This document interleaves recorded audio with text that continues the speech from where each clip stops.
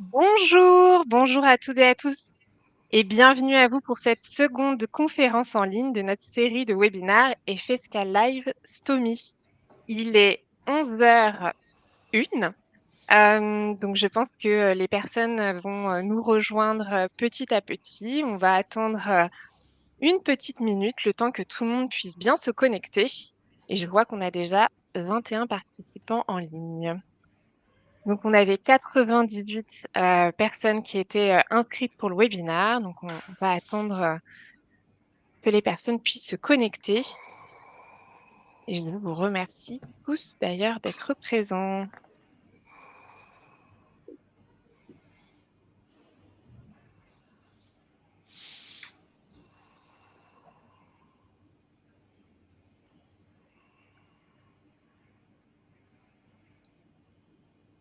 Ce que je vais faire à ce moment-là, c'est que je vais lancer une petite partie d'introduction. Ça fera venir un petit peu les personnes. Et puis, comme ça, on pourra rentrer vraiment dans le vif du sujet d'ici 2-3 minutes. Comme ça, les personnes ne manqueront rien de nos échanges. Alors, donc du coup, on est sur ce deuxième rendez-vous de webinaire, donc les FSK Live STOMI, et on a le plaisir de vous proposer donc différents webinaires chez FSK autour de la stomathérapie, en accueillant à chaque fois différents intervenants qui vont partager leur expertise, leur expérience sur divers sujets. Donc pour ce second rendez-vous regard croisé, parcours singulier de patients stomisés, donc on accueille trois animateurs qui sont avec nous. Donc Pierre-Louis Atwell, skipper et navigateur du projet Vogue avec un crâne. Juliette Mercier, illustratrice et autrice plus connue sous le nom de Stomy Buzzy sur les réseaux sociaux.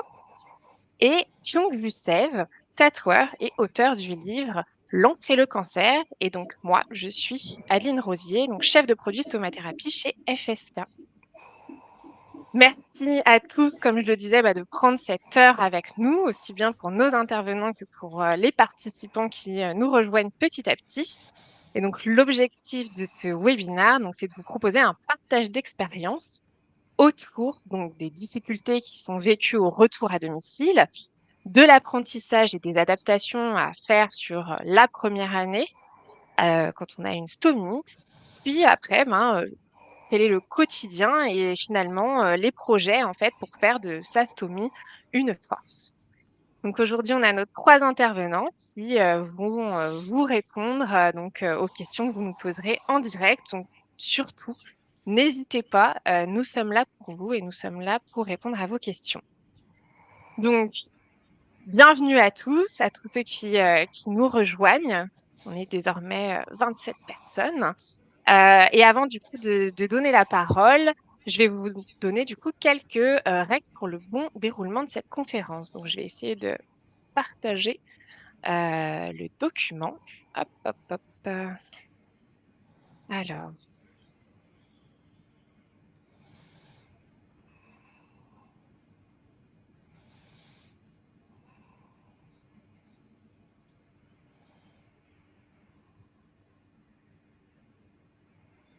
est-ce que vous voyez le document partagé ou pas encore? Non. Ça y est. Ça vient. Oui. Ça vient? Ça y est. Oui. Bon, alors, comment ça va se passer? Donc là, on est dans une salle de conférence virtuelle. Donc, regard croisé par singulier de patients stomisés. Je vous donne un petit peu plus d'infos sur le fonctionnement de cette salle. Donc, vous voyez donc ici, par exemple, la présentation. Sur le côté gauche, vous avez les miniatures avec la caméra des intervenants. Et sur votre écran, à droite, vous avez une partie chat où justement on vous invite à vous exprimer ici et à poser vos questions, même si c'est pendant la présentation, puisqu'on prendra le temps d'y répondre du coup à chaque fois. Donc si vous êtes là aujourd'hui, c'est que vous bénéficiez de nos services FSK ou vous souhaitez en savoir plus aussi sur notre accompagnement. Et d'ailleurs, je vais vous en dire un petit peu plus sur qui nous sommes. Donc, FSK, donc nous sommes prestataires de santé à domicile spécialisés dans la prise en charge des patients en stomathérapie ou atteints de troubles de la continence. Notre objectif, c'est de simplifier la vie des patients en assurant la livraison du matériel médical 100% gratuite. Et pour ce faire, nous vous accompagnons en fournissant un soutien et un conseil clinique adapté selon vos besoins avec une équipe complète que vous voyez ici. On intervient donc pour participer à améliorer la qualité de vie et celle de tous les patients qui bénéficient de nos services. Et donc en complément, bien sûr, de l'équipe soignante qui vous a accompagné en établissement. Notre rôle, c'est d'assurer votre suivi dès que vous êtes au retour en fait à domicile. Et à ce jour, donc, ce sont plus de 200 000 patients que nous avons accompagnés. Aujourd'hui, notre objectif, c'est de vous adresser donc le bon service au bon moment. Et pour cela, on a mis en place des parcours patients protocolisés et personnalisés avec 3 grandes étapes que vous voyez ici. Donc, on a le retour à domicile, donc pour sécuriser le retour à la maison et prévenir des éventuelles complications grâce à un accompagnement clinique renforcé le mois suivant le retour à domicile. Et donc, tout cela est fait par notre équipe d'infirmières conseil FSK en collaboration, bien sûr, avec les professionnels de santé. Une phase qu'on a appelée une phase d'adaptation, donc pour apporter du confort et vous guider pas à pas vers plus d'autonomie avec votre matériel médical. Et donc tout cela est assuré par notre équipe de chargés de clientèle qui assure votre accompagnement. Et enfin, donc une période de vivre avec qui débute après plusieurs mois pour continuer à répondre à vos questions et donc s'assurer que vous gérez de façon sereine et autonome le matériel médical. Donc ça y est, on va rentrer dans le vif du sujet, puisque c'est maintenant le moment de faire intervenir nos 3 animateurs.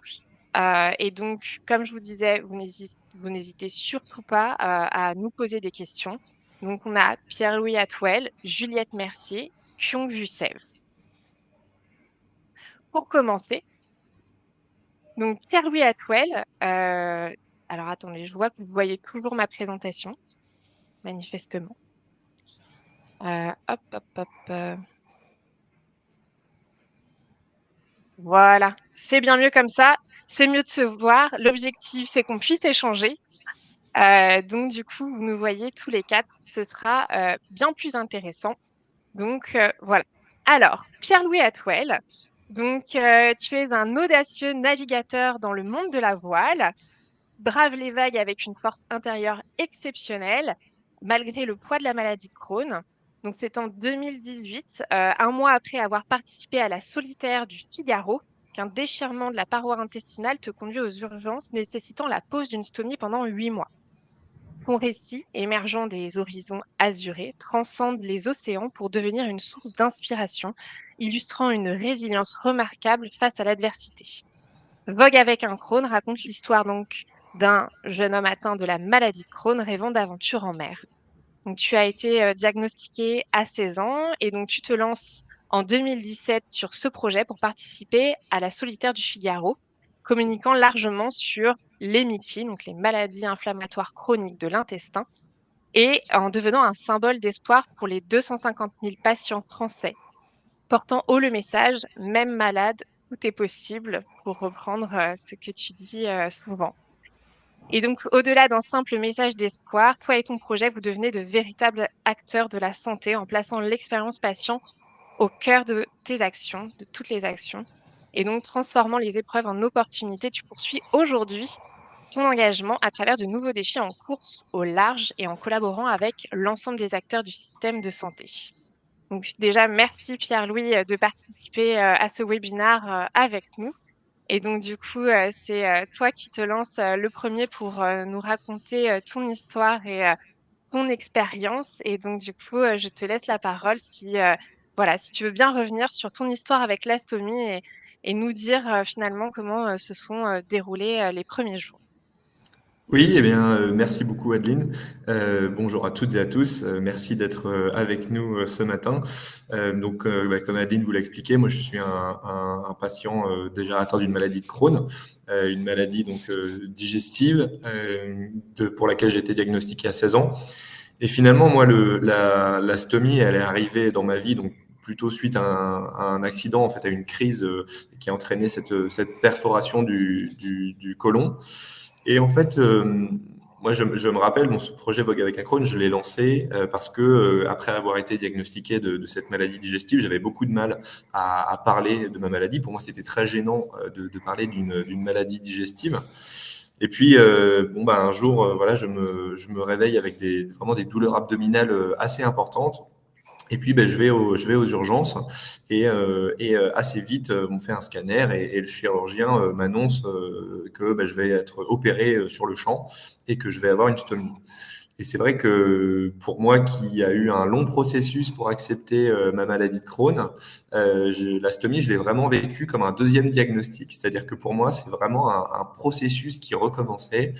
C'est-à-dire que voilà, il y a quelques années après mon diagnostic, j'avais le sentiment d'avoir réussi à dépasser cette gêne liée à la maladie, mais qui était une maladie qui restait invisible. Et donc finalement, même quand j'étais torse nu sur une plage, personne ne pouvait savoir que j'avais cette maladie de Crohn. Et puis, la stomie, voilà, quelque part, ça m'a enlevé ce droit de pouvoir le cacher. Et tout de suite, la maladie est devenue visible. Et donc, je me rappelle que quand le chirurgien m'annonce que je vais être opéré, bon, déjà, bien sûr, il y a la peur de l'opération parce que ça n'avait pas été du tout prévu. C'est quelque chose qui était très, très soudain. Donc, voilà, tout de suite, je me pose des questions. Je me demande, mais est-ce que avec la stomie, je vais réussir à poursuivre mes projets sportifs? Est-ce que je vais pouvoir continuer à naviguer en mer? Parce que les bateaux sur lesquels on navigue sont des bateaux de compétition, donc ils sont quand même assez violents. La vie à bord est difficile, hein. Il faut bien imaginer, il n'y a pas de salle de bain, pas de toilette. La plupart du temps, on navigue soit en solitaire, soit à deux sur le bateau. Donc voilà, c'est des conditions assez compliquées. Et donc ça, c'est la première question qui m'a traversé l'esprit. La deuxième question qui tout de suite arrive dans ma tête, c'est comment ça va se passer avec ma copine que je viens de rencontrer il y a 2 mois. Qu'est-ce qu'elle va dire? Comment elle va réagir à cette nouvelle? Parce qu'avoir une maladie digestive, bon déjà, c'est pas très classe, si je puis dire. Ça casse un petit peu le romantisme. En tout cas, on peut imaginer que ça casse le romantisme. Mais alors là, d'avoir une stomie, tout de suite, ça rend les choses beaucoup plus crues, si je puis dire. En tout cas, voilà, on peut plus se cacher. Et donc, moi, j'ai décidé, comme j'ai essayé de faire un petit peu toujours dans ma vie, de transformer ce moment difficile en opportunité. Et je me suis dit, voilà, moi, ça fait quelques années que j'ai ce projet sportif Vogue avec un Crohn qui communique sur les maladies intestinales. Et avec cette stomie, moi, je vais essayer d'aller plus loin et finalement d'ajouter une corde à mon arc et de commencer aussi à parler de stomie à travers mes projets de course au large, en montrant que oui, on peut aussi faire plein de belles choses, des programmes, des projets sportifs, des projets de voyage, même quand on est stomisé. Et notamment, j'ai fait une course, la Normandie Channel Race, qui était une course de 1 semaine avec la stomie, et ça s'était très bien passé. Et donc justement, comment tu t'es entouré pour pouvoir justement mener à bien ces projets? Puisque tu dis justement que tu as vécu la stomie comme finalement comment dire, une sorte de deuxième sentence, en fait, quelque chose à laquelle Ouais, il tout à fallait fait. Ouais. faire de nouveau, en fait, à nouveau, une nouvelle étape à franchir. Euh, donc justement, tu as quand même eu une période un peu comment dire, une phase de changement, de transition. Comment tu as fait pour passer justement au-dessus de tout ça?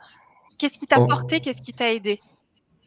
En fait, il y avait déjà un peu un sentiment d'injustice, enfin en tout cas de dire j'ai pas envie de me laisser abattre par ce moment difficile et j'ai envie d'aller de l'avant.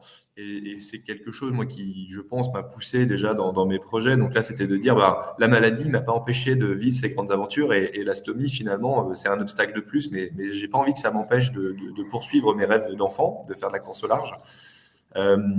Déjà, rapidement, j'ai essayé moi de reprendre le sport doucement avec le chirurgien, de demander comment je pouvais raisonnablement après l'opération commencer à remuscler ma ceinture abdominale. Et puis il y a quand même un élément dans ce parcours parce que voilà, le retour à la maison, il est difficile et on le connaît. Ce retour à la maison, il faut s'adapter au matériel, un petit peu prendre l'habitude des contraintes liées au matériel, à la stomie, etc. Et surtout, j'ai un moment qui m'a un peu débloqué, c'est-à-dire que dans mon parcours de patient, j'ai eu la chance de croiser un autre patient qui s'appelle Jean-Michel Edreux. Certains d'entre vous le connaissent peut-être, c'est une personne qui a une stomie et qui a écrit un livre il y a quelques années qui s'appelle Recto la vie, c'est Nickel Crohn. Et il se trouve que Jean-Michel, à l'époque, pour faire la couverture de son livre, il avait pris des photos nues avec sa stomie. Et un jour, il me dit, mais écoute, il faut vraiment que tu viennes, on va aller sur ton bateau et on va faire des photos de ta stomie en noir et blanc. Et au début, j'étais très gêné parce que j'avais pas encore passé ce cap. Voilà, j'étais encore un peu dans cette période d'adaptation. Et en fait, c'est une après-midi de bateau vraiment toute simple qui a changé ma vie. C'est-à-dire qu'à partir du moment où voilà, j'ai enlevé mon t-shirt, on a fait ces photos-là, et moi, ça m'a débloqué. Et je me suis dit, bah oui, finalement, ces photos, elles sont belles, je les trouve belles. Et finalement, bah, quand je suis sur la plage, il n'y a pas de raison de cacher ma stomie. Donc, le fait d'avoir un autre patient, quelqu'un, finalement, une sorte de parrain, si je puis dire, de la stomie, ça m'a aussi beaucoup aidé dans mon parcours.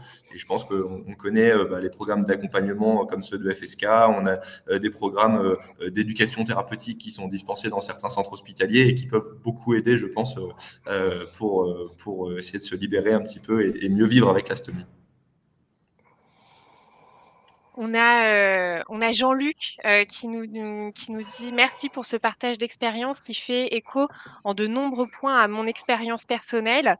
Donc, je pense que Pierre-Louis, on reviendra justement à ce moment aussi de ta vie.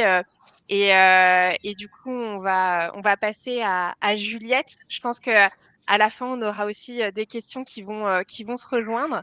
Donc, du coup, pour parler un peu de ton expérience aussi, Juliette, on va rappeler un petit peu donc, qui tu es. Donc, Juliette, dans l'univers foisonnant des réseaux sociaux émerge une voix vibrante et inspirante, Juliette Mercier. Donc, tu es atteinte de la maladie de Crohn, une inflammation chronique de l'intestin, donc comme Pierre-Louis. Tu vis avec une poche d'ostomie sur le ventre depuis 2017. Et donc, pour véhiculer une autre image de la maladie, tu as décidé de parler de cette dernière et de son quotidien en lançant ton compte Instagram, donc Stomy Buzzy, alimenté par une chronique de bande dessinée que tu conçois. Aujourd'hui, tu es suivie par plus de 100 000 personnes sur les réseaux sociaux. Tu t'imposes du coup comme une influenceuse pas comme les autres, puisque je sais que influenceuse, c'est pas vraiment le bon titre. Tu utilises donc ton vécu et tes compétences et tu t'engages à informer en brisant les tabous et à dédramatiser les épreuves quotidiennes et par-dessus tout, à apporter le sourire grâce à des bandes dessinées légères et humoristiques. Donc en t'aspirant de la simplicité du quotidien, de parcours inspirants et de sujets sociaux qui te tiennent à cœur, tu trouves ta motivation première dans le fait de donner du sens à ton travail et d'avoir un impact positif sur tes lecteurs. Ton parcours vibrant et authentique résonne au-delà de l'écran, faisant de toi une source d'inspiration pour des milliers de personnes qui trouvent force et communauté dans ton récit. Donc, Juliette, donc c'est vrai que tu as la même maladie en fait que Pierre-Louis, qui a eu finalement une toute autre expérience aussi que la tienne, même s'il y a des choses aussi qui peuvent certainement résonner en toi dans ce que Pierre-Louis vient de nous partager. Est-ce que du coup tu peux nous parler aussi de ton vécu et de ton retour à domicile avec l'astomie dans les premiers temps? Oui, alors bonjour à tous et merci à tous de votre présence. Alors moi, c'est vrai que j'ai un parcours un peu similaire puisque j'ai été aussi diagnostiquée à 16 ans de la maladie de Crohn. Et après, j'ai eu un parcours difficile avec la maladie de Crohn puisque pendant jusqu'à mes 28 ans, en fait, euh, j'ai euh, j'ai eu une maladie qui a été constante, qui s'exprimait tous les jours. Il n'y a jamais eu de pause là-dedans. Et j'ai pas trouvé de traitement adéquat qui aurait pu soulager mes symptômes, que ce soit dans la médecine traditionnelle ou dans des médecines alternatives ou dans d'autres dans d'autres remèdes qu'on peut voilà, essayer de faire comme des régimes, du sport, etc. Donc moi, j'ai une maladie voilà, qui a été très compliquée jusqu'à mes 28 ans, jour où je suis arrivée donc, à l'hôpital pour bénéficier de la nutrition parentérale, puisque j'étais dans un état de faiblesse grave, dénutrie, très maigre, très fatiguée aussi. Et c'est là où finalement les examens ont montré que l'état de mes intestins était dans un état trop catastrophique pour être rattrapé. Et donc on m'a annoncé l'opération de l'iléostomie définitive en urgence. Donc moi, c'était un petit peu, j'ai eu au moins 4 jours quand même pour me préparer, même si c'est une nouvelle qui est assez brutale. Et de toute manière, je crois que la stomie, personne n'y va avec plaisir. Donc c'est une opération qu'on appréhende tous avec avec des questions sur le retour et comment est-ce que je vais faire pour gérer ça au quotidien. Et aussi les questions que j'avais moi, qui étaient un peu plus personnelles, c'était sur ma féminité, sur ma vie amoureuse et ma vie intime, puisque j'avais 28 ans, que j'étais célibataire et que donc je me demandais comment ça allait se passer à ce niveau-là. Le retour à la maison, pour moi, il a été difficile et en même temps, ça a été une source de motivation. J'étais très heureuse parce que je suis restée longtemps à l'hôpital et du coup de rentrer chez moi avec ma poche et de me dire maintenant c'est à moi de m'occuper de cette poche et de m'adapter à cette nouvelle vie puisque quand on a une stomie définitive, on n'a pas le choix que de s'adapter. Ça a été aussi un élan pour gérer les choses toute seule. Donc il y a eu ce moment compliqué où on se pose des questions et en même temps il y a eu un petit peu ce saut dans le bain qui fait que de toute manière, il faut s'adapter, il faut avancer et il faut pallier à ce défi au jour le jour parce que c'est une épreuve qui a traversé comme toutes celles que j'avais traversées avant finalement. Est-ce que, alors, je lis le commentaire en même temps qu'on reçoit de Guy qui nous dit super les BD de Juliette et Marlito. J'étais j'étais sûre qu'on allait en parler pour dédramatiser l'astomie. Euh, du coup, je reviens sur ce que tu disais. Est-ce que tu as peut-être des personnes qui t'ont marqué en début de parcours et qui t'ont aidé, accompagné justement à accepter l'astomie ou en tout cas à avancer justement? Alors moi, j'étais très bien entourée par une équipe médicale déjà qui était très à l'écoute. Donc autant mon gastro-entérologue que le chirurgien, les internes, les infirmiers étaient très présents pour répondre à toutes les questions, même si c'est vrai qu'au début, on ne sait pas non plus quoi poser comme question.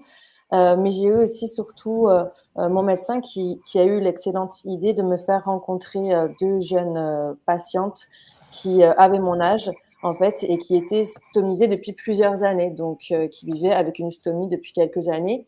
Et ces jeunes filles, elles sont venues me voir à l'hôpital.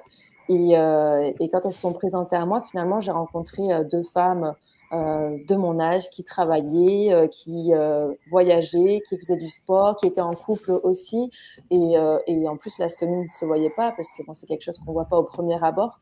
Donc finalement, ça m'a vraiment encouragée, ça m'a donné un bel exemple. Je me suis dit, mais si elles y arrivent, elles sont sympas, elles ont l'air heureuses, elles font plein de choses. Ça veut dire que moi aussi, peut-être, j'ai une petite chance d'y arriver. Puisqu'au début, on se dit quand même que ça va être compliqué. Et finalement, cette rencontre, ça a aussi un peu décoincé le truc parce que les professionnels de santé se veulent évidemment souvent très rassurants. Mais il y a la théorie et puis il y a la pratique. Donc, de rencontrer ces jeunes femmes qui voilà, le vivaient tous les jours, c'est ça qui m'a le plus aidée. Après, évidemment, il y a eu les infirmières stomathérapeutes que moi, j'ai eu la chance d'avoir à l'hôpital. Je sais que certains hôpitaux, malheureusement, ne profitent pas des services d'une infirmière stomathérapeute. Donc, ça peut être plus compliqué. Mais moi, j'ai eu une infirmière qui m'a appris à l'hôpital à changer ma poche et qui m'a permis donc de profiter en fait d'une petite indépendance assez rapidement à mon retour à la maison. Donc la poche, finalement, je l'ai gérée assez vite. Alors, j'ai pas compris tout de suite que les fuites, c'était pas normal. Donc, je suis restée quand même quelques mois avec des fuites. Mais quand j'en ai parlé, on a adapté le matériel, on a changé, etc. Et donc, une fois que tout était bon à ce niveau-là, j'ai pu en fait m'éloigner un petit peu de tout ça du côté médical et profiter de cette seconde chance que la stomie m'a donnée. On a une question justement sur les premiers temps, en tout cas avec l'astomie. Donc, on a Jean-Luc qui nous pose la question, combien vous aura-t-il fallu de temps pour accepter votre stomie? Je pense que la question, elle vous est aussi posée à tous les trois. Alors, je ne sais pas qui veut se lancer pour répondre le premier. Moi, je peux peut-être répondre Ouais. pour moi, en tout cas. Alors, accepter la stomie, Je pense que c'est un processus et comme chaque processus, ça peut prendre du temps. Je pense que ça peut prendre quelques jours jusqu'à des années en fonction des individus. Moi, très honnêtement, il y a voilà, ce moment, cette sortie en mer avec un autre patient qui m'a débloqué. Après, je sais pas si on accepte à fond, enfin jusqu'au bout complètement. Moi, c'était plusieurs mois et je pense que ça, il faut chercher un petit peu à aller vers ce processus sans non plus se forcer dans le sens où, comme pour n'importe quelle épreuve, ça dépend aussi de comment on vit les choses, comment on est entouré. Juliette, tu parlais de l'entourage que tu avais. Moi, c'est vrai que j'ai eu cette chance, par exemple, que ma fameuse copine dont je vous parlais tout à l'heure, tout de suite l'a très bien pris et m'a tout de suite mis très à l'aise. Et ça m'a beaucoup aidé en fait en me disant, bon, si déjà d'un point de vue personnel, c'est bon pour elle, ben voilà, le reste, je vais trouver des solutions. Et donc finalement, c'est allé assez vite. Oui, et puis je pense qu'il faut différencier aussi le accepter et faire avec. Parce que moi, Ouais, assez complètement. rapidement, en fait, j'ai fait avec. Donc voilà, on avance, on va pour Pierre-Louis sur un bateau, pour d'autres, ça peut être des petits défis, on sort en ville, on va au resto, enfin tous ces petits défis en fait au quotidien, c'est faire avec une stomie, c'est déjà un pas vers l'acceptation et petit à petit. Et c'est vrai que moi, j'ai rencontré mon conjoint du coup 4 mois après l'opération.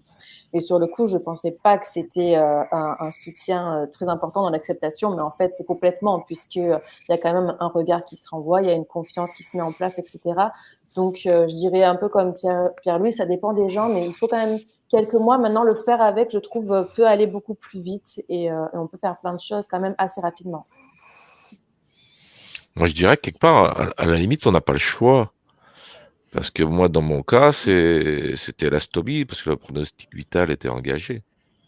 Donc, tu as une stomie, bah, tant mieux d'avoir une stomie quelque part, parce que tu es toujours vivant. Donc, le faire avec va de soi. Et il n'y a pas le choix non plus. C'est vrai que Kyung, toi, tu as une histoire différente en fait de celle de Pierre-Louis et Juliette. Je reviendrai là sur les différentes questions qui nous sont posées dans le chat parce qu'on a beaucoup de questions des personnes, mais on peut passer aussi au portrait de Kyung, comme ça vous permettra aussi de tous pouvoir répondre aux différentes questions. Donc vous inquiétez pas, j'y réponds pas, enfin, je pose pas tout de suite vos questions, mais elles sont là et on y reviendra d'ici quelques petites minutes. Donc du coup, Kyung, à l'aube donc de tes 62 ans, donc Kyung, tu es tatoueur de profession et de passion. Donc à l'aube de tes 62 ans, comme je disais, donc tu vois ta vie prendre un tournant inattendu avec le diagnostic d'un cancer de la vessie. Donc en effet, le destin prend une teinte plus sombre lorsque tu apprends 4 mois après le diagnostic du cancer du poumon de ta compagne que tu es également atteint d'un cancer de la vessie. Ce moment marque le début d'un périple médical ardu, avec une traversée de la chimiothérapie jusqu'à la chirurgie aboutissant à la pose d'un briquaire. Les ablations de la vessie et de la prostate te conduisent à arborer une poche de stomie urinaire, symbole d'une bataille acharnée vers la rémission. Donc c'est ce que tu viens de nous dire en fait. C'est quelque chose aussi du coup qui s'imposait à toi en fait dans ton parcours médical. Ton parcours devient une toile où s'entremêlent des émotions profondes, de l'empathie à la compassion envers le personnel hospitalier. Et en reconnaissance, tu décides d'offrir ton talent d'artiste du tatouage à ceux qui partagent le même chemin. Souhaitant dédramatiser le cancer, tu rédiges donc le livre L'encre et le cancer, un ouvrage pour transformer cette redoutable réalité en une conversation accessible, éloignant ainsi la stigmatisation attachée à cette maladie. Donc pour toi, l'encre devient une arme puissante contre la peur et ton histoire devient un phare d'espoir pour tous ceux qui font face à ces défis similaires. Donc Kyung, est-ce que tu peux justement revenir sur ton histoire et comment ça s'est passé pour toi et justement comment l'astomie est arrivée dans ce parcours médical? Alors, c'est arrivé tout connement, c'est arrivé du jour au lendemain. Tu apprends brusquement que tu as un cancer. Et au départ, on m'avait pronostiqué un caillot dans la vessie. Et au moment où ils ont enlevé le caillot, on s'est aperçu que c'était pas un caillot, que c'était une tumeur. La tumeur faisait 6 cm pour une vessie de 7 cm. Donc c'était énorme. Et tout de suite, ça a été mis en place par l'urologue. C'était pronostic est là, il y a un cancer, il faut faire une chimio.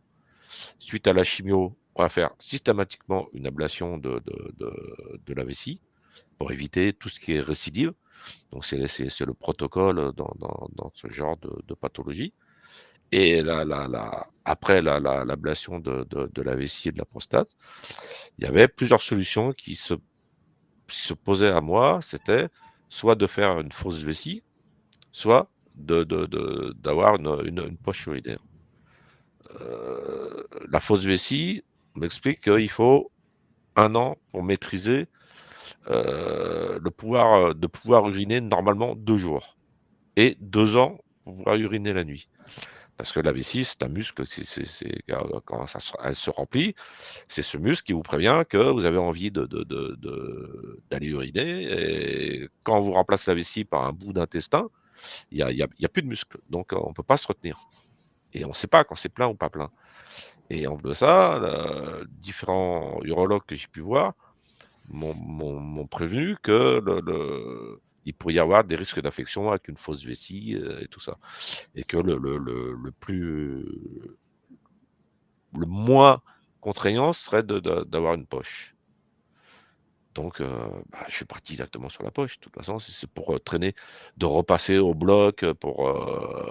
Et comme m'ont dit les urologues, c'est que à partir du moment où il faut une fausse vessie en intestin, si après il faut passer sur un briquet, c'est un intestin où les uretères des rats vont directement dedans. Et après, ça bouche sur le ventre.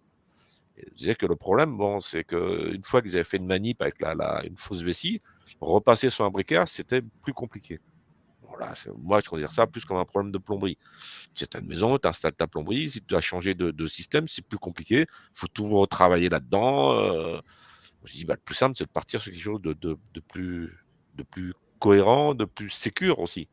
Parce que pas repartir au bloc 1 an après, 2 ans après. Voilà. Donc, opération et stomie urinaire directe. Moi, j'ai pas mis très longtemps à l'accepter. Parce que, comme je disais il y a quelques instants, j'ai pas le choix. On te dit, tu as un pronostic vital qui est engagé. Soit tu te fais opérer, et donc tu es obligé de passer par une stomie, soit tu fais pas, et ton espérance de vie est de 18 mois grand maximum. Donc le choix, il est vite fait, c'est soit tu te bats pour vivre, soit tu baisses les bras et tu t'en vas. Moi, j'ai fait le choix de me battre. Et donc la stomie, j'ai pas le choix. Elle est là. C'est une manière comme une autre d'évacuer ses urines, quoi. Et donc je l'ai appréhendé très facilement. Le plus compliqué a été sur les suites post-op, j'ai eu des complications, des staphylocoques et tout ça. Et j'étais alité pendant un certain nombre de temps. J'ai perdu presque 20 kilos. Et j'ai appris à changer une stomie allongée. Et je ne sais maintenant le faire que allongé. Je ne sais pas faire changer une stomie debout. Je suis obligé de le faire allongé. Bon, au début, il y a eu des fuites, mais pas tant que ça. En fin de compte, les fuites, c'était plus la stomie qui se décollait, que j'avais mal collé, ou que voilà, j'ai dû avoir 2-3 fuites grand maximum. Ça fait plus d'1 an. Donc voilà. Puis la stomie, il a fallu vivre avec. Donc vivre avec, c'est sortir, c'est travailler, il a fallu que je me remuscle, que je reprenne des kilos, que je me remuscle. Donc le remuscle, c'était faire du sport. Je me suis remis à faire du footing. Donc après, il faut essayer de trouver un moyen d'adapter sa stomie en fonction de sa vie au quotidien. La vie au quotidien, moi je travaille, je suis assis. Bon, la stomie, si la poche, on la met à l'intérieur du pantalon, on s'assoit, c'est compliqué, elle ne se remplit pas comme il faut, c'est tout ça. Maintenant, je me suis remis à faire du footing depuis 6 mois. Et voilà, faut vivre avec. Donc, c'est adapter ses vêtements, c'est trouver des manières de vivre avec. De toute façon, on n'a pas le choix. Enfin, moi, personnellement, je trouve que j'ai pas le choix. Voilà, c'est un autre mode de vie. C'est vrai que le plus dur qui a été au début, c'est de se dire, aller uriner, c'est quelque chose qui jusqu'à présent, était naturel. Et du jour au lendemain, on dit, non, c'est plus naturel, il faut que tu le fasses autrement. C'est juste un temps que le cerveau enregistre ça. Il m'arrive encore des fois, je ne sais pas pourquoi, mais en un an, ça a dû m'arriver 2 ou 3 fois de me dire j'ai envie d'aller aux toilettes, et puis je vais aux toilettes et je fais comme je faisais il y a 2 ans, sauf que il n'y a pas de raison. C'est comme ça. Donc, dans ce que tu dis, ça m'évoque on a deux commentaires. Enfin, on a un commentaire et une question bon, bah voilà, là, tu parles du fait d'uriner et de se dire, bah, c'est pas comme avant. On a un témoignage de Sylvie qui nous dit, c'est difficile pour moi de vivre avec mastomie. J'ai toujours pas fait le deuil de ma vie d'avant. Euh, Donc, je pense que ça rejoint un peu déjà tous ce que vous nous avez aussi partagé comme expérience entre bah, ce qu'on a vécu avant et ce qu'on vit nouvellement avec l'astomie. Donc, et comme vous disiez aussi tous les trois, finalement, ce processus de transition, d'acceptation est différent en fait selon les personnes. Et puis, Kyung, tu parlais de pantalons à un moment donné en disant comment je vais m'habiller, comment ça va se passer. Enfin, et on a Jean-Pierre justement qui nous pose une question en disant comment avez-vous géré l'habillement et notamment les pantalons? Est-ce que vous avez, euh, est-ce que vous avez aussi bah, connu cette problématique et cette question à laquelle, comment vous avez répondu en tout cas à cette question? Alors, les pantalons, il y a 2 solutions. Enfin, pantalons, shorts, tout ça. Je suis dans le sud, donc Mm, plus souvent en short. C'est soit on met la poche à l'intérieur, donc il faut prendre des pantalons de plus grande taille. Et le problème, c'est que de plus grande taille, c'est gênant parce que si on serre le pantalon, on ne veut pas qu'il tombe. On va se retrouver les fesses à l'air en public, obligé de mettre une ceinture. Donc, au niveau de la poche, c'est plus compliqué. Moi, je résous le problème en prenant des pantalons plutôt taille basse et en basculant la poche par-dessus. Et justement, je suis en train de travailler en ce moment à faire des prototypes par rapport à une poche, comment la maintenir, parce que le problème de la poche, c'est surtout c'est que si elle bouge, mm. la poche bouge, une fois qu'elle est pleine, elle bouge, ça tire sur la peau, c'est sensible. Moi, je suis plus à l'aise avec une poche plaquée sur le ventre. Donc, je mets des bandeaux, je mets tout ça. Et après, c'est pareil, les bandeaux, faut pas qu'ils glissent, parce que là, les bandeaux que j'ai trouvés actuellement dans le commerce, ils bougent, ils glissent. Ils ne te Donc, c'est pas conviennent pas pratique. forcément. Voilà. Mm. Donc là, je suis en train de travailler sur des bandeaux pour pas qu'ils glissent. Puis quelque chose de plus sympa que ce qui existe actuellement. Actuellement, sur le marché, on trouve noir ou couleur peau. Mm. La vie, c'est Ça plus fait pas, sympa. Il faut ça fait mettre un pas peu de beaucoup, ouais. couleur, faut mettre un peu de. Puis je suis tatoueur, faut pas oublier. Donc, Et oui. je vais mettre du tatouage partout. Déjà, j'en mets partout. J'en mets sur ma voiture, sur ma moto, sur mon frigo. Donc, obligatoirement, j'en mets sur ma poche, quoi. Il va falloir. Avoir un peu plus d'originalité et de créativité aussi là-dedans. Oui, Est-ce parce que... il faut pas en avoir honte. Ouais. Mm. Le truc de la poche, de toute façon, on n'a pas le choix. Il y en a qui considèrent que c'est un handicap. C'est un handicap, mais à partir du moment où on arrive à le gérer, pour moi, c'est plus un handicap.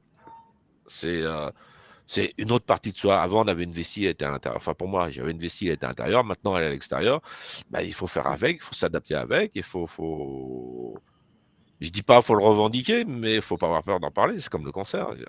Les gens, tu en parles, ils entendent le mot cancer, ils ont l'impression que tu vas mourir demain. Non, cancer, on en guérit. Et après, on en guérit. Bah, pour en guérir, là, dans le cas du cancer de la vessie, c'est d'avoir une stomie, avoir une poche.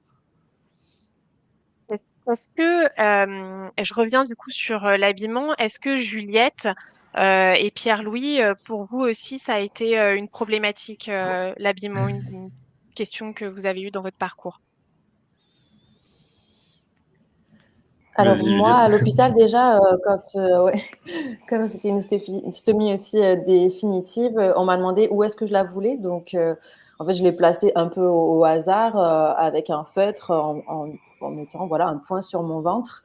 À l'époque, c'était un peu la mode des tailles basses. Donc, je n'avais pas pensé qu'un jour, on passerait aux tailles hautes.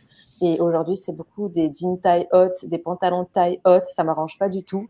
Parce que moi, tout ce qui compresse ma poche, ben, ça peut provoquer des risques de fuite. Eh oui. Donc, c'est vrai que, ben, comme Kyung, en fait, je la mets plutôt à l'extérieur. Et quand c'est l'été, ça m'arrive même, bon, j'ai pas fait ça tout de suite, hein. Au début, j'ai plutôt dissimulé la poche, mais après, au fur et à mesure, c'est que ça me gêne plus du tout. Et je peux même mettre des hauts qui sont courts, qui arrivent au-dessus du nombril. La poche est des basses. J'ai des housses de poche, donc là, qui sont rigolotes, qui sont customisées avec des fleurs, avec des motifs. Et c'est plutôt joli. Et comme ça, je me trimballe avec la poche à l'air. Et en fait, le nombre de personnes qui la remarquent, il y a vraiment pas beaucoup de monde, quoi. En général, les gens ne font même pas attention. Donc, voilà, c'est vrai que c'est un peu l'inconvénient, mais au fur et à mesure, je me suis habituée. Moi, sur la façon de m'habiller au quotidien, j'ai pas beaucoup évolué dans le sens où, bon, globalement, je mettais des t-shirts par-dessus, c'est pareil, sans mettre la poche à l'intérieur du pantalon. Par contre, là où il a fallu que je bricole un petit peu, c'était surtout pour faire du sport. Et notamment, j'avais trouvé une petite astuce, c'était d'avoir vous savez, le t-shirt de sport un peu lycra, donc très, très collant, qui permettait de plaquer la poche pour pas que ça bouge pendant l'effort.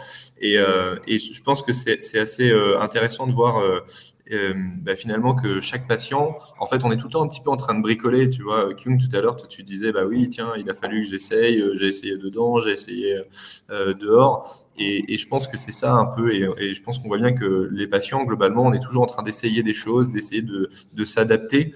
Et je pense que c'est aussi pour ça que c'est intéressant d'avoir ce genre d'échange, c'est que finalement, les petites astuces des uns va aider le quotidien des autres. Et en tout cas, voilà, je pense que globalement, on est tous un peu des champions de l'adaptation en permanence. La résilience, elle est là, hein. Moi, au début, je portais des salopettes. Je portais que des salopettes. Parce que c'était pratique. Ça marche. Tu sais, Ouais. des salopettes énormes, tu mets les mains dedans, c'était l'hiver, c'est très cocooning en plus. Et puis l'été arrivant, les salopettes, moi je suis dans le sud, hein, il fait 40 degrés à l'ombre, hein, donc donc c'est au short, et au short, le mieux est avec la poche à l'extérieur. Surtout la particularité entre les poches urinaires et les colostomies, c'est que vous, les poches, elles sont pas transparentes. Nous, en urostomie, les poches sont transparentes avec le robot.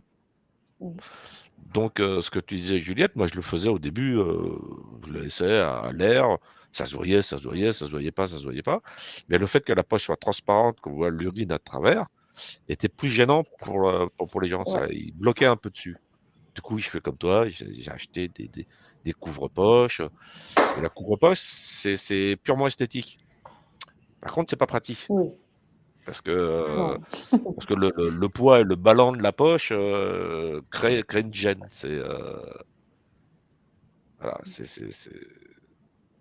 Alors moi, quand je fais du footing, j'ai un sac à dos avec l'eau dans les camelbags, là. J'ai un camelbag devant et j'ai un camelbag derrière. Devant, c'est pour l'évacuation et derrière, c'est pour boire, quoi. Tu parlais des couvre-poches. On a justement, et on parlait de trucs et astuces qu'on se partageait. On a Lou qui nous partage justement Kangourou Shop qui propose de nombreux caches stomies personnalisés. Je pense que c'est les fameux couvre-poches aussi dont évoquaient Juliette et Kyung aussi. Et Vanilla Blush qui propose aussi des sous-vêtements adaptés. D'ailleurs, ça me fait aussi penser que il y a Guy qui rajoute qu'il y a Stomapot qui fait aussi des ceintures personnalisées et sur mesure et qui maintiennent les poches en cas de mouvement, notamment pour le sport, etc. Ça me fait penser aussi que je connais une personne qui s'appelle Yasmine Tatiboué qui a aussi également une marque qui propose aussi des sous-vêtements adaptés Ouais, pour les personnes stomisées. c'est elle qui fait des bandeaux aussi. Elle fait des Et, bandeaux aussi oui, également. et Ouais, tout à c'est fait. auprès d'elle que Mm, j'ai acquis un bandeau, mais que je trouve pas super adapté pour la pratique sportive. Il faut faire quelques petits aménagements. C'est-à-dire que quand on fait du sport, on s'en sert. Moi, je cours, mon mm. bandeau, il a tendance à glisser un peu. Parce qu'il Alors, y a la poche vide et il y a la poche pleine. C'est, Alors justement, tu me dis ça et tu fais bien d'en parler parce que pour avoir échangé avec Yasmine, et je pense que je ne me trompe pas en disant ça, elle est très à l'écoute justement des retours d'expérience des différents utilisateurs pour pouvoir adapter les choses. Donc c'est aussi des choses Mm, sur lesquelles elle travaille pour essayer de développer et mm, d'améliorer justement les produits qu'elle propose. Je vais mm. revenir sur aussi d'autres questions qui ont été posées au tout début des interventions. Je reviens sur Guy qui nous dit bravo Pierre-Louis pour ton parcours et ton film qui s'y rapporte et que j'ai vu à Nice. Et pourquoi je lis ce commentaire? Parce que on nous pose la question de savoir est-ce qu'on peut se baigner avec une stomie. Alors là, tout de suite, je viens de perdre Pierre-Louis en matière de connexion, mais est-ce que Juliette et Kyung, moi, je vous vois pouvez toujours. vous baigner avec votre stomie? Bien sûr. Bah, moi, je me suis baignée même assez rapidement d'ailleurs, parce que j'ai été opérée en avril. Et en fait, en juin, j'ai commencé à me baigner. Et moi, mon rêve, c'était de faire du surf, etc. Donc, directement, je suis partie à la plage avec mon van, avec mon chien. Et je suis allée surfer avec ma poche de stomie. Donc, dans les vagues, etc. Alors, je reste moins longtemps. Je reste 1 heure et demie dans l'eau. Mais enfin, c'est déjà pas mal quand même dans l'Atlantique, rester 1 heure et demie. Donc, et même dans la piscine, enfin, tout est possible. On peut tout à fait se baigner avec une poche de stomie, il n'y a pas de problème. Pareil, c'est. Donc, toi, à Montpellier, c'est un peu plus chaud la mer? Ouais, quoique, moi, je suis plus habitué dans les îles là-bas du Pacifique, Ah, en plus. où l'eau, elle est beaucoup plus chaude. Mais pour me baigner, moi, je mets un bandeau en lycra qui permet justement de plaquer la poche contre son corps. Et pour se baigner, ça pose aucun problème. Et donc, justement, moi, quand tu as des maillots de bain avec un bandeau noir au-dessus, je trouve pas ça beau. Moi, moi, c'est plutôt des fleurs, la fleur de tiare, les fleurs de frangipanier et tout ça. Donc, je suis parti, moi, plus pour faire des trucs un peu sympas. Parce que de toute façon, tu vas à la plage, tu es en maillot, ta stomie, on la voit. Soit elle n'est pas pratique, parce que si elle est à l'herbe, elle n'est pas pratique parce qu'elle va bouger. Donc, il faut mettre un bandeau. Autant mettre un bandeau, autant mettre un bandeau qui soit sympa, qui soit un peu coloré, un peu vivant, un peu Pepsi, quoi. Puis toi, tu es illustratrice, donc c'est pareil. Oui, Comme moi, si tu j'aime mettais une bien. page Puis blanche, bon, c'est pas après, rigolo. oui, j'ai le 2 pièces. Après, moi, j'avoue, je vais plus à la plage pour faire du sport de toute manière. Donc, mais oui, c'est le 2 pièces parce que une pièce, ça compresse ma stomie. Donc, je prends des maillots de bain normaux, en fait, qui vont à n'importe qui. C'est pas spécial stomie, c'est spécial tout le monde, quoi. Il n'y a pas de. Ah oui, il n'y a pas de raison. Et donc, Ouais. pour Et toi, répondre à Pierre, la avec. question, j'ai un petit souci de connexion. Oui, ben moi je vous rejoins complètement. En fait, moi j'ai même fait de la plongée, je faisais de la planche à voile. Donc je changeais le matériel juste avant de partir, en fait juste avant de me baigner. Et puis c'était un support de pièce moi, que j'avais pour une colostomie et ça n'a pas posé de problème. Alors toujours avec mon petit lycra et je vois que Kyung, tu avais la même technique que moi. Voilà, en général, je faisais attention à ce que ce soit bien collé, mais j'allais me baigner sans problème. Hein, finalement, j'ai peu d'activités que j'ai pas réussi à faire avec une stomie. Et je pense que souvent, on se met des limites nous-mêmes parce qu'on a peur finalement justement d'avoir des fuites, etc. Je pense que ce qui est important aussi pour ce genre d'activité, c'est d'essayer d'essayer de trouver le matériel qui est le plus adapté. Il y a quand même beaucoup de marques différentes qui proposent des poches de stomie. Alors après, voilà, chaque stomie est un peu différente et je pense que c'est intéressant aussi de pouvoir solliciter les stomathérapeutes notamment pour essayer divers marques et trouver le matériel qui est le plus adapté finalement. Oui, parce qu'il peut y avoir aussi des accessoires. Il y a des renforts, il y a des plus épais. Enfin, il y a des choses qui peuvent faire que ça adhère encore mieux, enfin mieux dans l'eau en tout cas, parce que bon, si ça Ouais, bouge, si c'est des eaux chaudes, etc., c'est différent. oui, et puis nous, alors en course au large, en plus, on navigue avec des cirés étanches. Et c'est vrai que moi, j'avais eu un problème un petit peu avec la transpiration. En fait, on transpire beaucoup quand on est en effort dans ces cirés étanches. Et justement, il avait fallu que je bricole un petit peu, en fait, en ajoutant des bandes autocollantes autour du support de stomie pour pouvoir élargir un petit peu la zone sur laquelle était collé le support. Et voilà, c'était des bandes autocollantes que j'avais trouvées en pharmacie et ça marchait assez bien. Voilà, toujours dans le bricolage un petit peu. Oui, c'est ça, on fait toujours dans le test et l'adaptation. Je crois qu'on a perdu Adeline, Oui. On m'a par perdu contre. Adeline. On a perdu Euh, Adeline. on peut peut-être la remplacer. Qui veut faire Adeline? Mais il y a que toi. Ah bon. Très bien. Donc, nous allons enchaîner avec une autre question que je suis en train de chercher du coup en même temps. Peut-on prendre l'avion avec une stomie car les voyages me manquent? Ça, on part dans la plage, les voyages, etc. Alors, chers intervenants, est-ce que vous voyagez? Ouais, bien sûr. Enfin, de la même façon, hein, et justement, ça me fait penser. Tout à l'heure, il y avait une question sur la gestion du matériel en bateau, notamment. C'est sûr que c'est une petite organisation dans le sens où, bah, comme quand on part en vacances. Ah, voilà, Adeline à nouveau. On a fait sans toi, Adeline. Du coup, on a continué. Tu vois, c'est l'empowerment des patients. L'avion sans problème. Alors encore une fois. Je pense que c'est bien d'embarquer suffisamment de matériel avec soi dans son bagage et bagage en soute et aussi bagage à main parce qu'on a déjà eu ce genre de questions. C'est que si jamais parfois le bagage en soute est perdu, ce qui peut quand même arriver ou alors il se trompe de chemin à l'aéroport, toujours avoir son petit stock dans le bagage à main et comme ça nous laisse le temps de trouver des solutions après, soit retrouver le bagage ou alors réussir à se fournir sur place. Et puis pareil, ça se change dans l'avion comme dans le bateau d'ailleurs sans trop de problèmes. Oui, moi je suis partie aussi, j'ai pris l'avion plusieurs fois et du coup il n'y avait pas de... Oui, on t'entend, on te retrouve. Oui, vous étiez sur la question, excusez-moi, des voyages. Donc Juliette, excuse-moi, je t'ai coupé la parole, mais tu as eu l'occasion de prendre l'avion plusieurs fois. Oui, voilà, non, mais c'était pour dire, bah, voilà, comme Pierre-Louis, du coup, aucun problème dans l'avion, mais effectivement, prendre du matériel dans le bagage à main au cas où.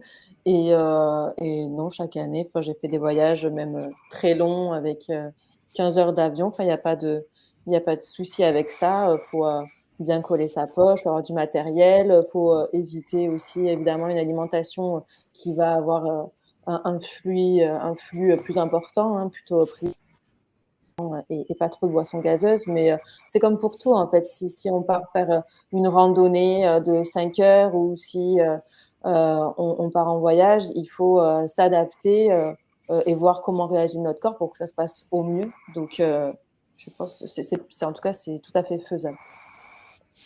Oui, de toute façon, je pense que soit en avion ou ailleurs, à partir du moment où on part de chez soi, il faut toujours partir avec du matériel. Sauf pas en allant au restaurant, mais on part en week-end.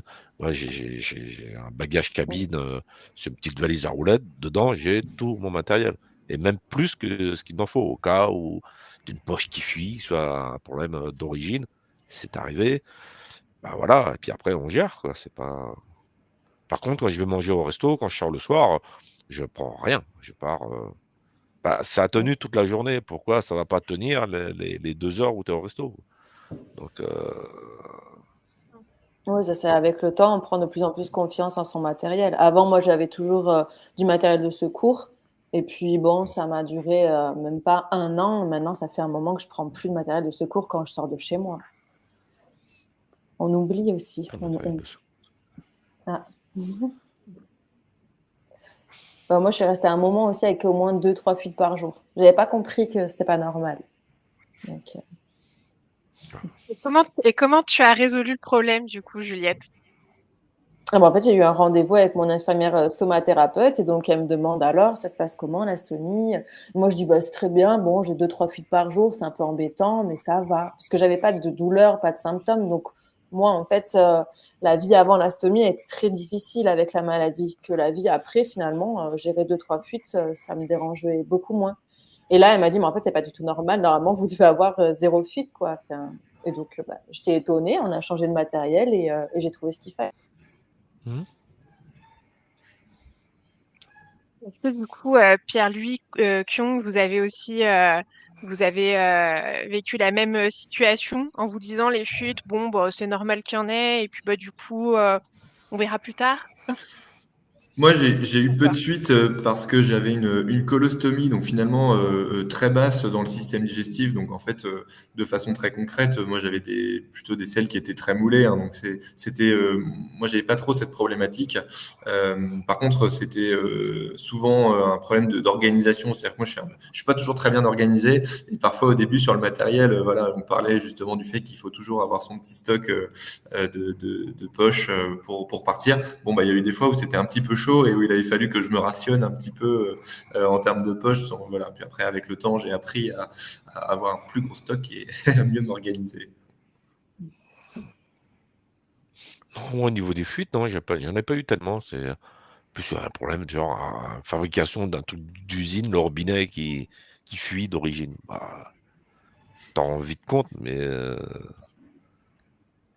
non, pas trop de problème. Même quand je pars en moto, je prends pas de poche de rechange, rien. Je vais aux toilettes comme tout le monde. C'est, Eh ben, tu sais que Kyung, je lis en même temps des commentaires qu'on a reçus et notamment celui de Sylvie qui nous dit que son parcours est similaire au tien, que le pronostic hum, vital était engagé et que sans stomie, bon, elle dit on m'enterrait en juillet 2024 et à 57 ans, ça faisait un petit peu jeune. On hum, a aussi d'autres partages d'expériences comme ça. Christelle qui nous dit bonjour, moi aussi, je n'ai pas eu le choix. Cancer du rectum, mon anus aurait dû être sauvé, mais à mon réveil, ce n'était pas le cas. Du coup, stomie à vie, je l'appelle, je pense, mademoiselle. D'ailleurs, hum. on a des personnes qui donnent des noms à leur stomie, comme Jean-Luc, qui dit en ce qui me concerne, j'ai décidé au bout de 48 heures de faire avec. Donc ça, c'était pour reprendre les mots que tu utilisais, Juliette. En dissociant ma stomie, alors attends, en dissociant ma stomie de ma en dissociant ma stomie de ma personne, pardon. Et donc pour ce faire, j'ai décidé de l'appeler Wilson en référence à un célèbre film. Cela a vraiment été un déclic et m'a beaucoup aidé à accepter tout ce qui m'arrivait. On a plusieurs personnes qui nous partagent comme ça leur expérience. Gérard qui nous dit vous êtes des belles personnes et vos témoignages sont très rassurants. Merci. Jean-Luc qui nous dit, comme les intervenants l'ont précisé, il est préférable de prévoir un stock suffisant en soute, je pense, et ce que j'appelle ma petite manette de dépannage que je garde sur moi. Par ailleurs, je me déplace également avec une carte de voyage pour patients stomisés au cas où. D'ailleurs, c'est quelque chose aussi qu'on propose chez FSK, c'est ce qu'on appelle, nous, des petits certificats de voyage, où si jamais on vous pose la question, si vous voyagez avec votre matériel médical avec vous, ça explique en différentes langues, suivant dans le pays dans lequel vous êtes. Donc, par exemple, en anglais, en espagnol, en italien, bref, en plusieurs langues, pour dire que vous avez du matériel médical avec vous. Donc, c'est aussi peut-être quelque chose que vous pouvez demander à nos chargés de clientèle. Je vous le précise. On a Lisa qui nous demande, vous avez des marques de poche que vous pouvez conseiller à quelqu'un qui a une stomie? Oh, ben ça, Là, après, je ça crois que dépend ça, vraiment des cas, ouais, des gens. ouais, c'est un peu. Il faut tester après, ouais. En fait, c'est ce qu'on disait Ça, tout à c'est. l'heure. Je pense que voilà, c'est exactement ça, c'est tester. Et puis peut-être qu'une marque va convenir à un patient et pas à un autre. Et je pense que voilà, il faut vraiment profiter. Il existe plein de choses. Et au sein d'une marque, il y a différentes gammes et différents modèles. Et par exemple, moi, je me souviens très bien que au bout d'un certain moment, moi, j'avais trouvé, il y avait certaines marques pour la natation, par exemple, pour aller nager, ils avaient une poche qui était particulièrement adaptée. Par contre, qu'il était un peu moins pour la vie de tous les jours. On va dire en ville par exemple. Donc je pense que encore une fois, c'est un petit peu les petites expérimentations et les essais qu'il faut essayer de faire de son côté et pas hésiter à multiplier les expériences. Mm. Oui, puis on peut mélanger les marques aussi. Moi, j'ai une poche Coloplast, mais après, j'ai un anneau Hollister. Après, j'ai déjà essayé, enfin, il y a du Convatec, il y a plein de marques différentes, mais il n'y en a pas une qui est mieux que l'autre, en fait. C'est vraiment par rapport à la peau de la personne. Est-ce qu'elle a des irritations avec tel collant ou quoi que ce soit? Je pense que, voilà, comme dit Pierre-Louis, il y a plein de choses qui se font avec beaucoup de marques et il faut chercher et faire sa propre recette, en fait.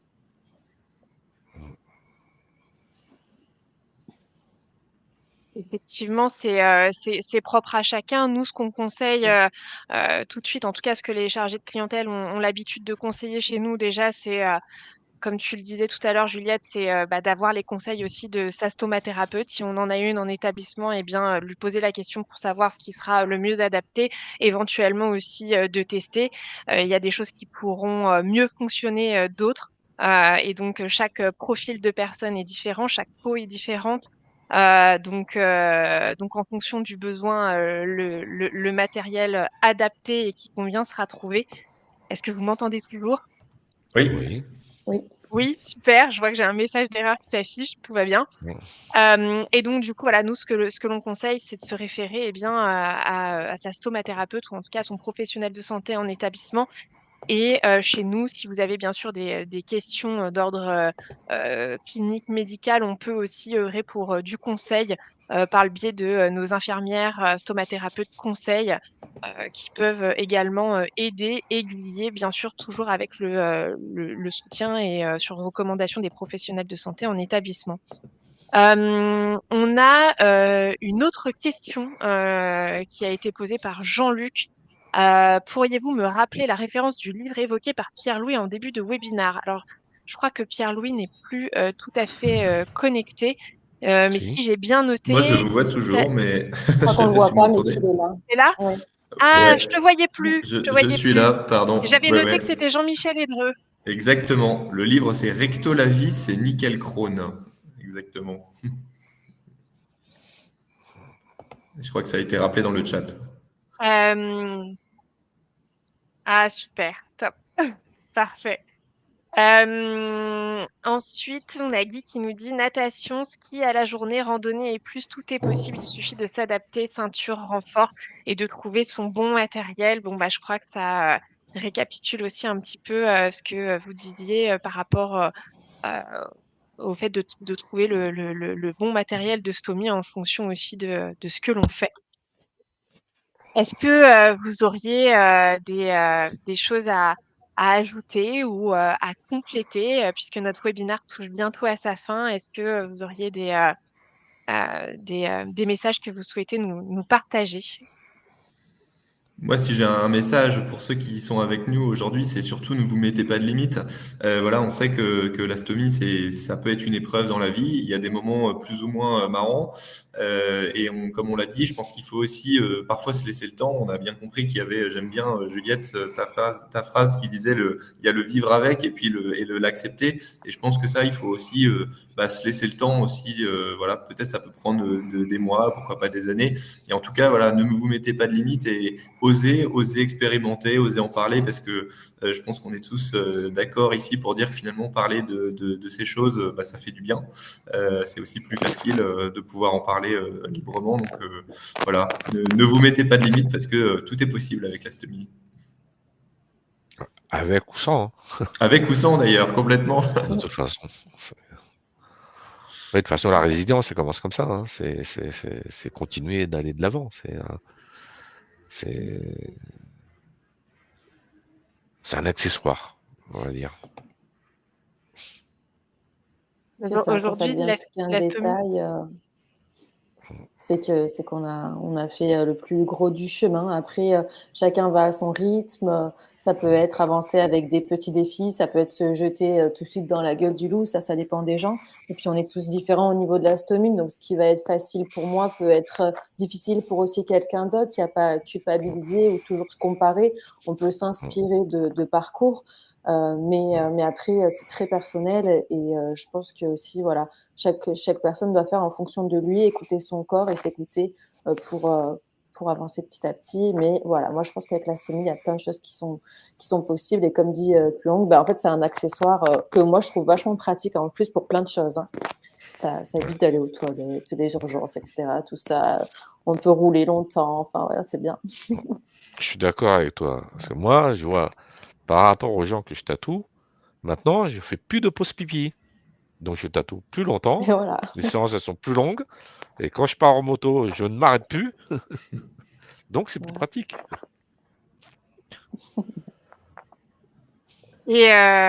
Et du coup, Kyung, je sais aussi que tu participes à des événements, et notamment tu t'adresses aussi à des personnes qui sont nouvellement, enfin en tout cas qui vont être nouvellement stomisées à la suite d'un cancer de la vessie. Qu'est-ce que tu dirais du coup à ces personnes qui viennent d'avoir la stomie depuis quelques jours?